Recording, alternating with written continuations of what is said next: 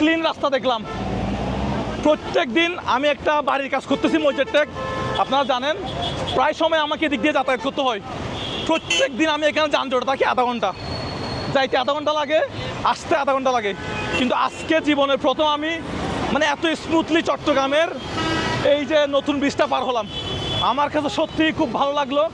জানি না আজকে কোনো ভিআইপি আসবে কি না, ভিআইপির কারণে রাস্তা পরিষ্কার করতেছে কি না, কোনো স্পেশাল কোনো কারণ আছে কিনা আমি জানি না।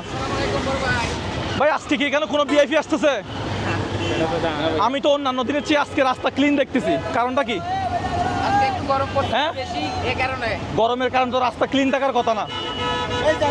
হ্যাঁ, এই জিনিসটা দেখেন, এই জিনিসটা আমি দেখাই। ওই যে মার্সার আগে একটা গাড়ি ওখানে দাঁড়িয়ে আছে, ওরা যদি কমপ্লিট যদি যাত্রী নেওয়া হয় এখান থেকে গাড়িটা ছেড়ে চলে যাবে, ওখানে দাঁড়ানোর কারণটা কি? পুলিশ ওইটা পুলিশ, আমি ট্রাফিকের প্রতি